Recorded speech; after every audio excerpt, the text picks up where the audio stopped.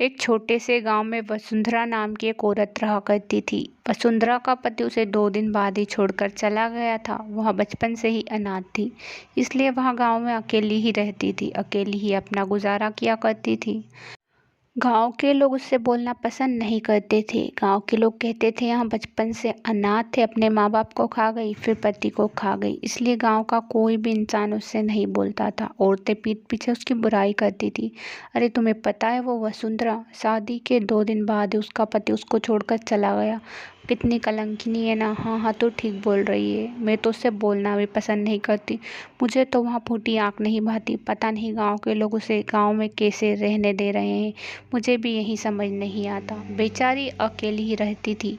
अकेले रहना उसे अच्छा नहीं लगता था। वह कहती थी, पता नहीं गांव के लोग मुझसे क्यों नहीं बोलते। पता नहीं गांव के लोगों का मैंने क्या बिगाड़ दिया है, कोई भी मुझसे नहीं बोलता। मैं तो जंगल में ही चली जाती हूँ। वसुंधरा कुछ देर के लिए जंगल में जाने का विचार बनाती है और वहाँ जंगल में चली जाती है।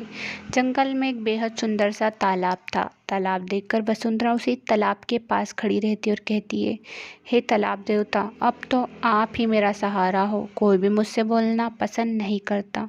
जो भी देखो मुझसे मुंह फेर लेता है। गांव के लोगों को पता नहीं मुझसे क्या दिक्कत है। मेरी तो किस्मत ही खराब है। वहाँ उदास हो खड़ी हो जाती है।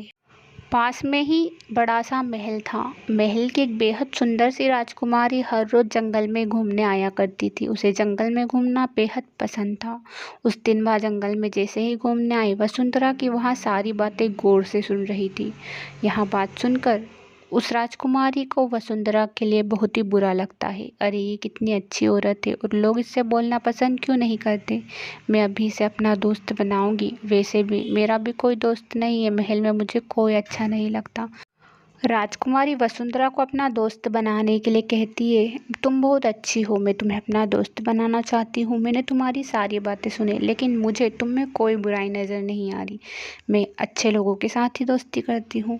आप कितनी अच्छी हो। आप पहली ऐसी औरत हो जो मुझसे बोल रही हो। कोई भी मुझसे बोलना पसंद ही नहीं करता। मेरा पति भी मुझे छोड़कर चला गया है। मैं अकेली ही रहती हूँ, लेकिन मेरा कोई दोस्त नहीं है।